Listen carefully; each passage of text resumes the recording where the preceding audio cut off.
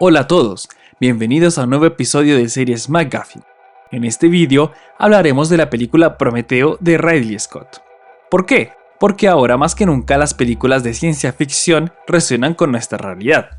Temas como la inteligencia artificial, las nuevas tecnologías, el rol de la religión en un mundo basado casi por completo en la ciencia, sumados a temas más filosóficos como el de los orígenes de la humanidad, por qué hemos sido creados, qué hay después de la muerte, son algunos de los motivos que trataremos de abordar a través de un eje que consideramos primordial: el título de la obra, Prometeo.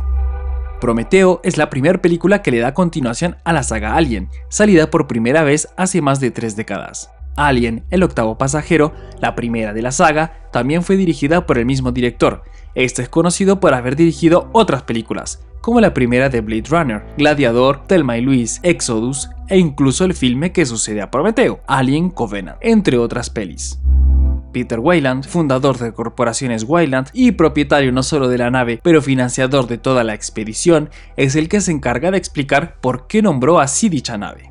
En esta explicación descubrimos que la nave hace alusión al titán Prometeo de la mitología griega, quien desafió a los dioses robándoles el fuego sagrado del Olimpo, símbolo del conocimiento de la invención divina, para ofrecerlo a los humanos y permitirles aprender. A causa de este acto, los dioses lo castigaron. En filosofía, este mito es una metáfora de la contribución del conocimiento a los hombres, pero también es un mito evocador de la hibris, concepto de la antigua Grecia, el cual hace referencia a la loca tentación del hombre de medirse contra los dioses y así elevarse por encima de su condición. Otras versiones de este mito cuentan también que Prometeo fue incluso el creador de los humanos.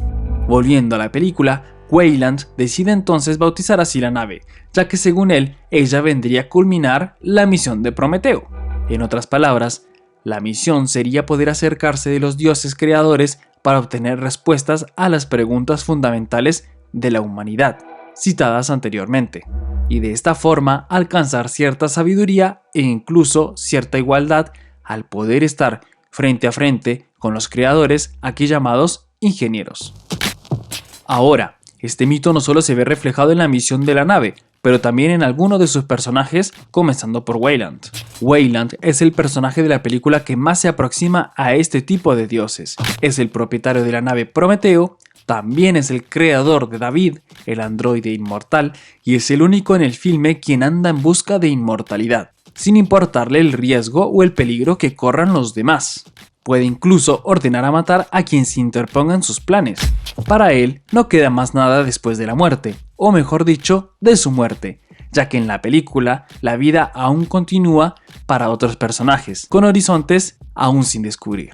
Su primera aparición a través de la luz, la proyección de un holograma y el misterio alrededor de su muerte, como volviendo de entre los muertos, revelan su deseo de grandeza y supremacía, sin dejar de parecerse a un fantasma, como lo dirá luego Holloway. Recapitulando lo dicho, nos preguntamos si al final no es el mismo Weyland quien falta de alma, ausencia que él tanto deplora en su creación casi perfecta, David.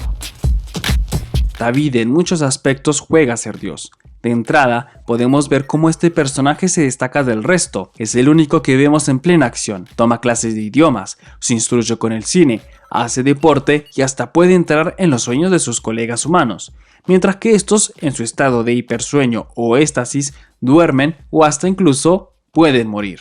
Esta secuencia y otras posicionan al personaje por encima de los demás. Su capacidad de supervivencia, de adaptación y su inteligencia, a pesar de su apariencia, hacen que pertenezca más a la perfección robótica que a las imperfecciones de los seres orgánicos. Desafortunadamente, sus actos a medida que avanza la peli demuestran que David, al contrario, se asemeja al peor de los seres humanos. David hereda de su padre Weyland el deseo de superioridad. Fascinado por la nueva creación de los ingenieros, se pone a experimentar con los otros miembros del equipaje sin importarle las consecuencias de dicho acto. También posee rasgos muy terrenales, como buscar su razón de ser, o como el de la voluntad de aniquilar a los responsables de sus males, es decir, de su padre creador, Weyland. En fin, en su búsqueda y admiración por la perfección, la cual sobrepasa la de su creador, sumado a la depreciación por la raza humana, los llevan a equivocarse de bando. En este aspecto, ¿Cómo no pensar en Ash, su androide predecesor en la saga?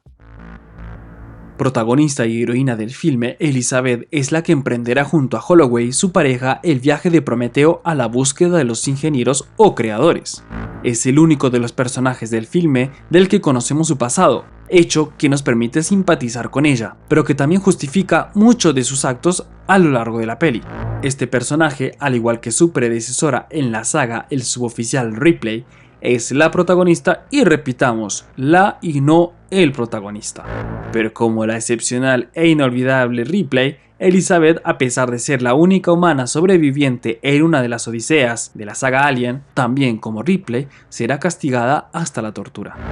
Ambos personajes se asemejan en su instinto materno y en el impacto que éste ejerce sobre ellas, una al querer ser madre y no poder serlo, la otra en ser madre pero estar lejana de sus hijos.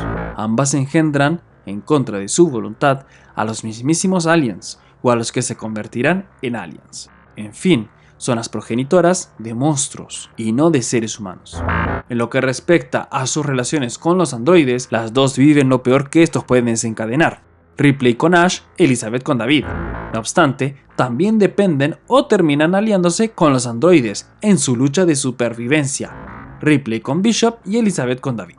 ¿Pero en qué este personaje refleja el mito? El solo hecho de salir a la búsqueda de los ingenieros, los paralelos de los dioses de la mitología griega, para obtener respuestas, ganar conocimiento y luego de compartirlo, es en definitiva querer sacar a la humanidad de esa cueva ignorante en la que ha vivido durante milenios. Intención equivalente a la de robar el fuego al Olimpo para dárselo a los humanos, como dijimos antes. Al final del filme, Elizabeth, además de haber logrado impedir por completo la exterminación de la humanidad, termina por aliarse con el androide y así poder viajar hacia los orígenes de los mismísimos creadores, para hallar una razón a todo lo sucedido. De última, es la misma nave espacial Prometeo quien evita a los dioses de exterminar a los humanos.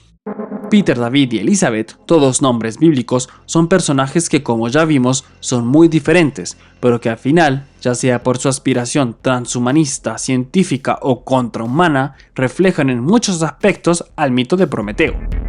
Antes de terminar, otra de las razones por las cuales este título merece ser analizado puede ser por la otra versión del mito, en la que Prometeo sería el creador de la humanidad. Desde este enfoque, la película nos brinda algunos indicios sobre la creación, pero ¿qué queda de nuestro futuro? Elizabeth, humana, creyente e incapaz de procrear, al menos con la raza humana, junto a David, el androide y ser casi perfecto, son los únicos sobrevivientes del Prometeo en el LV-223, planeta muy parecido a la Tierra. ¿No serán ellos mismos en definitiva el símbolo del futuro de la humanidad? ¿El Adán y Eva de otra era hasta ahora desconocida? Si no tenemos en cuenta Alien Covenant, es en estos términos que podemos imaginar o entender el final de la obra, al estilo de Blade Runner, el de la unión entre el humano y el robot, capaces de crear un nuevo ser, el del futuro.